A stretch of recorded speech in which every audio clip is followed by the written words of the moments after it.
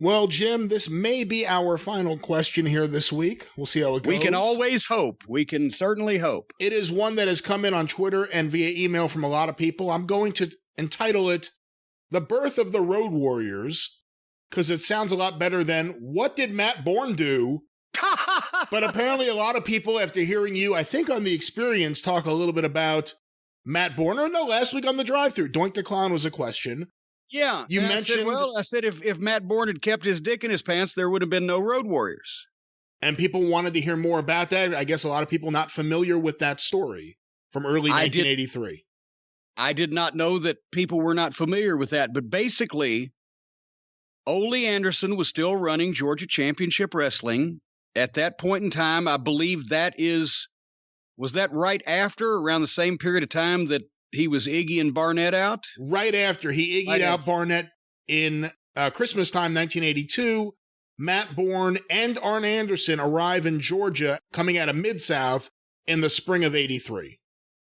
That's right. And Ole was going to make Arn Anderson and Matt Bourne, because they had been together in Mid-South, right, as the Rat Pack. No.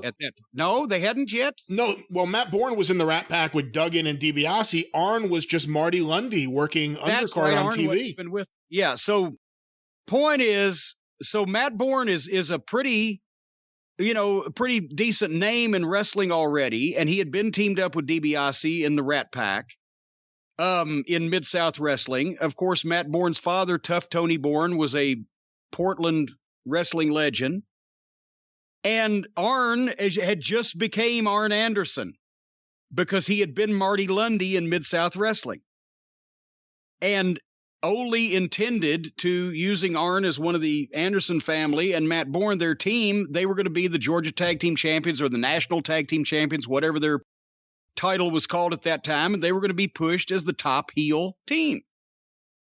Until Matt Bourne has the cops coming looking for him at TV on charges of, I don't know what the charge was, so I'm not going to slander anybody, but let's just say improper conduct with a female who was not 18 years old of some description is what the bone of contention was.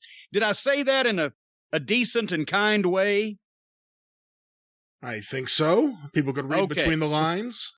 Or between whatever was spread. But anyway, so immediately, as happened in wrestling in those days when, the pre-internet days and all that shit, when everybody wasn't smart, nobody knew whose real name was what, or how to find people, Matt Bourne left the territory. And fucking poor Arn Anderson is sitting there going, it was just why there was heat to the very last between them, because that was going to be Arn's first career break, and he thought he pretty much just got fucked out. He definitely got fucked out of being the top heel team and the tag team champions, and he thought he got fucked out of a career there. Fortunately, he hung around long enough, and it wasn't his fault. And that's when he went to Southeastern.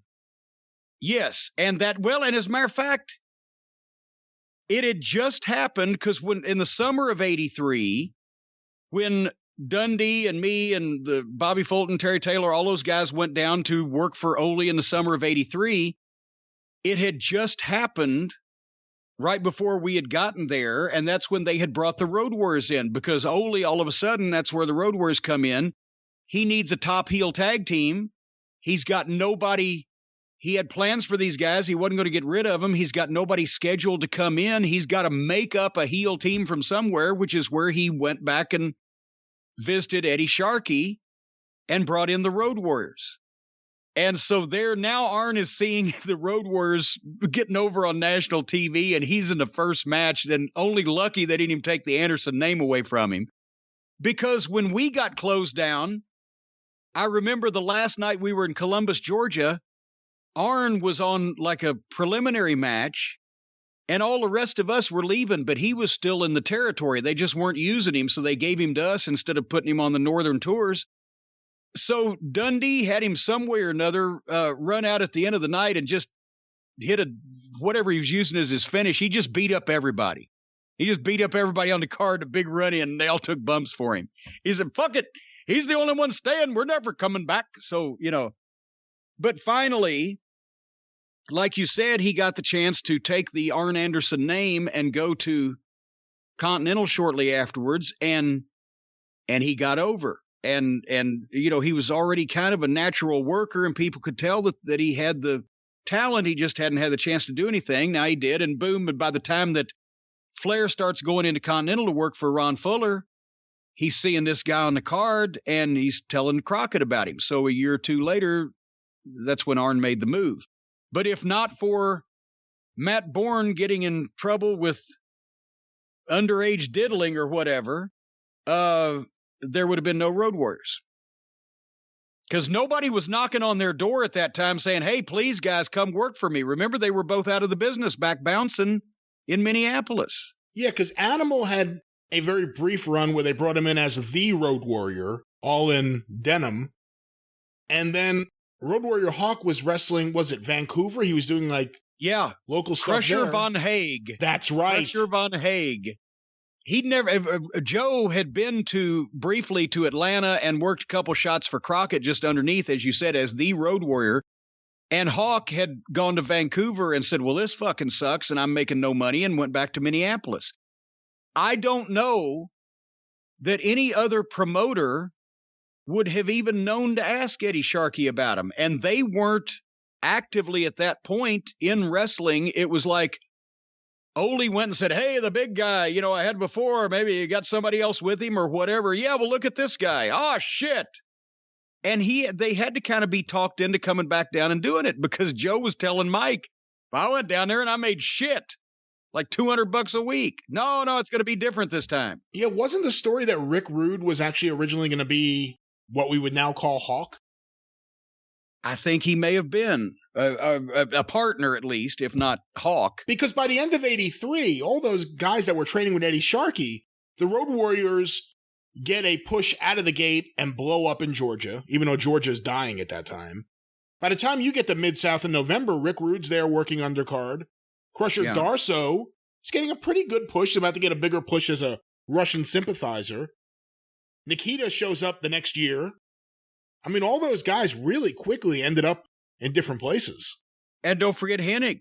Even though he had an in, he was Larry Hennig's son. He was still from the same social circle. Same social circle, but not someone with no wrestling background out of Eddie Sharkey's school. Right. Yeah. Yes, I will concur there. Yeah, Eddie had a nice run for a couple of years there, changed the fucking business. And then by the time the gold mine in Minneapolis had been plumbed by the time they got to Vladimir Pietrov. old Big Al Blake did not set the world on fire, bless him. The Berserker, John Nord.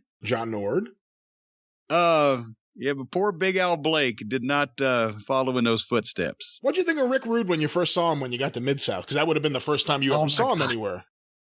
Well, he was a nice guy, but he was so green. And I've told this story, but it's been so long. I know we've got some new listeners. I'll tell this one, and then you can play some music, white boy. We first get in the ring with Rude at a house show. And it's an underneath match, and they booked the Midnight Express 3 or 4 weeks around the territory just to get wins and preliminaries. And it was with George Weingroff and Lanny Poffo, and Mike Jackson was at some of the TV matches. And Rick Rude, who was an underneath babyface, that was his first territory. It was still R-O-O-D, his real name, Rick Rude. He was nice enough, but we didn't spend a lot of time around him because the locker rooms were mostly separate. So we never really talked to the baby faces before the matches, but that was not an issue because you got, Dennis is going to be calling it, and Bobby's going to be calling what Dennis ain't calling. So it's not like we need to sit down and talk to people, except Rick Rude. I'm watching the first time they got in the ring with him, and Dennis locks up with him, and fucking Rude grabs a headlock on Dennis, right? And they start walking. And they're kind of walking in a circle while Rude's got the headlock. They're kind of walking in a circle around the ring. And I can tell Dennis is trying to get something done, but they're just still, and they walk 2 circles around the ring. And finally, Rude, who has just tagged in and got that headlock, tags out to his partner. So after the match, I said, what the fuck was that? Dennis had been trying to call a spot. And of course, we just come from Tennessee, where it's boom, boom, boom, the motion, the action, the whole 9 yards in these kind of spots. But Rude comes from Minneapolis, and he's just got there, and he can't picture these things in his head. Dennis, when he got the headlock on Dennis had turned his back on Bobby and just called a spot, said, I'll shoot you off and drop down, nail Bobby, get it again. And he starts to shoot him off, and Rude says, whoa, what? And Dennis says, I'll shoot you off and drop down, nail Bobby, get it again. And so now they're walking, right? So Dennis can have more time, because Rude says, what? And finally, the way Dennis told it, he said, I said to him, Corny, this is what I said to him. I said, I will throw you into the ropes. I will fall down in front of you. Continue moving. Punch Bobby in the face and turn around and get this hold back. And Rude said, I can't get it. And he said, fuck it, tag out. He couldn't picture all he had to do was come off the ropes, jump over Dennis, nail Bobby, turn around, get the headlock again. But he had never done that before. And for whatever reason in his head, he couldn't see it. And if you're in a wrestling match and somebody calls something that you can't see, don't do it, because you're going to fuck it up. And he couldn't see it for whatever. He'd never seen that spot, like the spot that's been done 1 million times. But it was the funniest just to watch Dennis's face when he said, we just left Memphis, where they almost let anybody in the door. We come down here to this big territory, and the first spot I call with this fucking guy, he can't hit the ropes and come back. But I've said also, Rick Rude is one of the great success stories, because after that, from those humble beginnings, he got picked by Jarrett in the talent trade, because Jarrett sees this big, great physique, Tom Selleck looking fucking guy. And he heard Rude speak with that tone in his voice, and what a contemptible and obnoxious heel he could be with that kind of voice. So he brings him to Memphis. He puts him in a ring with Lawler, who can have a match with an inanimate object, back before they actually did such a thing. Gave him a valet, changed his name to Rick Rude, R-U-D-E, ravishing Rick Rude. He's got a robe now, and he started learning how to be a top guy. By the time he went from Memphis to Florida, worked for the Florida promotion, and then World Class, and worked for the Von Erichs. And then by the time he shows up for Crockett a couple years later, he's a goddamn top guy with a gimmick and knows how to cut promos and call matches. But 3 years before that, he couldn't hit the ropes and come back.